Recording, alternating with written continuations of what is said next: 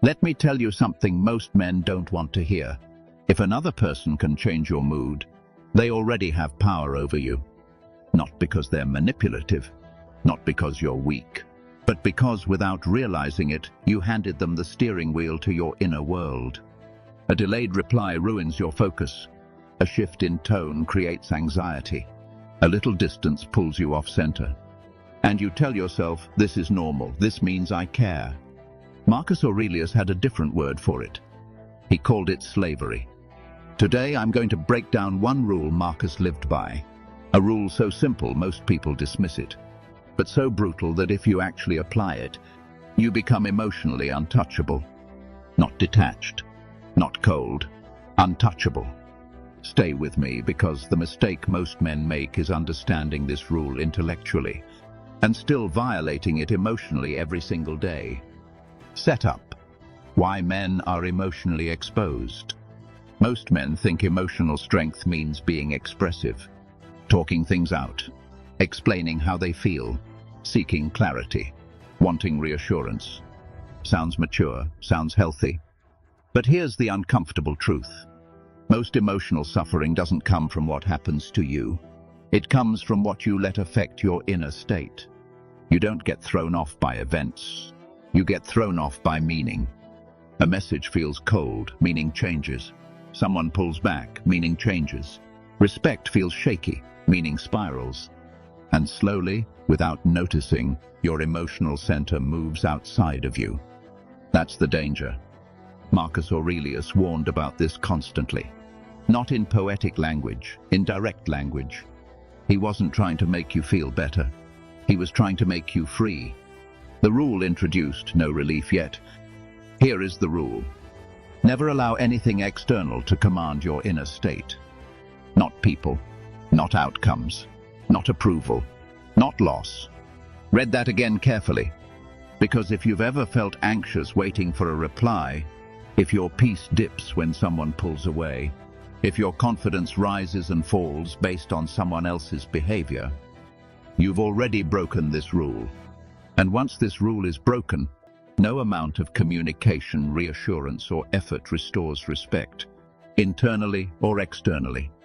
Most men don't realize this until damage is already done. Why this rule feels unnatural? This is where men get confused.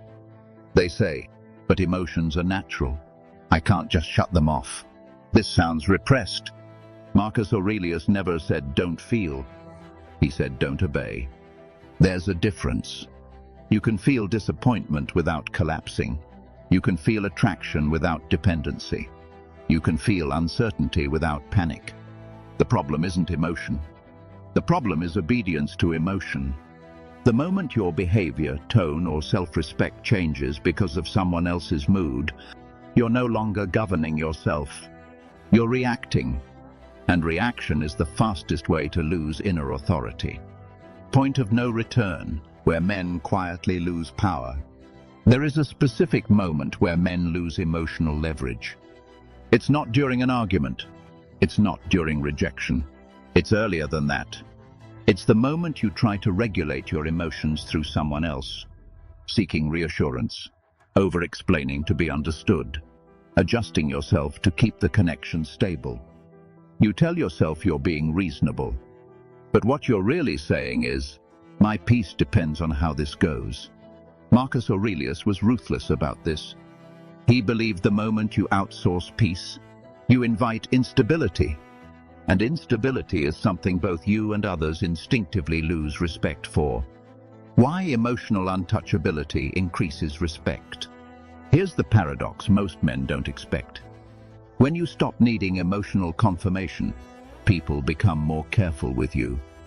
Not because you demand respect, but because you're no longer reactive. You don't flinch at silence. You don't chase shifts in energy. You don't scramble to fix discomfort. That calm creates gravity. Marcus Aurelius understood that self-containment is power. Not loud power, not dominant power, quiet power. The kind that doesn't need to prove itself. Practical application, where men usually fail. This is where theory breaks down. Because most men think they're applying this rule, until pressure hits. Someone pulls back. Communication changes. Uncertainty enters. And suddenly, tone shifts. Effort increases. Explanations appear. You didn't lose control loudly. You leaked it. A Stoic response looks boring from the outside. No speeches. No emotional negotiations. No need to be understood. Just consistent behavior and internal steadiness. Marcus Aurelius wrote, "You have power over your mind, not outside events." Most men memorize that quote. Very few live it when it matters. The real test of the rule. Here's how you know whether you're emotionally untouchable or not. Ask yourself this honestly. Does my mood change when someone pulls away? Do I explain myself to regain comfort? Do I feel the urge to fix emotional distance immediately? Do I fear silence more than misalignment? If the answer is yes, your emotional center is still external. And here's the hard truth. No one respects a man who doesn't govern himself. Not because they're cruel, but because instability doesn't feel safe. What emotional untouchability is not. Important clarification.